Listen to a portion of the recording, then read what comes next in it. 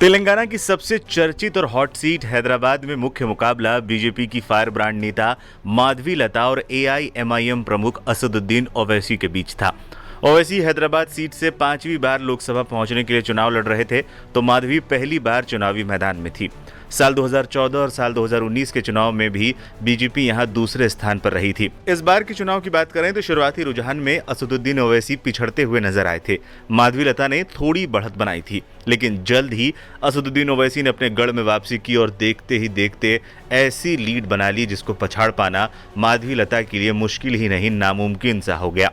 पहले 50,000, फिर 1 लाख, फिर 2 लाख और फिर देखते ही देखते लीड 3 लाख को पार कर गई।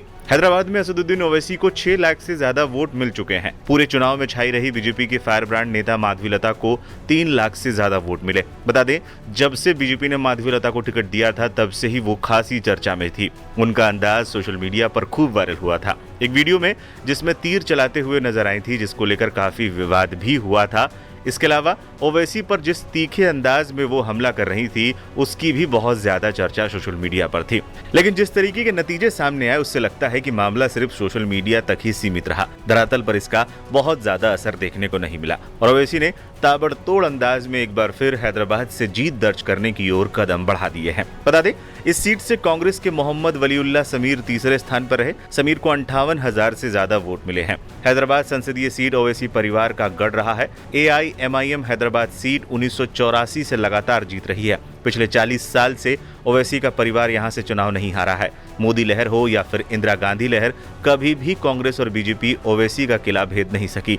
साल 2014 और 2019 में भी ओवैसी ये सीट आसानी से जीत गए थे। हैदराबाद समेत तेलंगाना की सभी सीटों पर 13 मई को चुनाव हुए थे। अगर वोटर्स की बात करें तो हैदराबाद के करीब 60% मुस्लिम मतदाता हैं और करीब 40% हिंदू वोटर हैं। हैदराबाद लोकसभा क्षेत्र में 7 विधानसभा सीटें हैं, जिनमें से 6 पर ओवैसी की पार्टी का कब्जा है। फिर एक बार मोदी सरकार तो जरूर आएगा।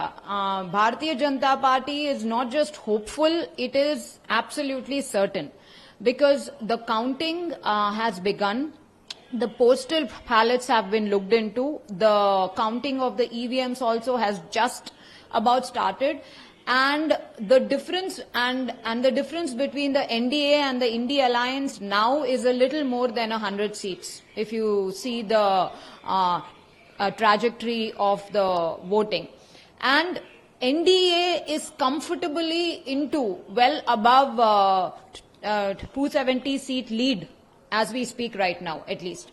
So, Bharatiya Janata Party is absolutely certain that we are going to be forming the government for a third time. The fact that the exit polls are being very closely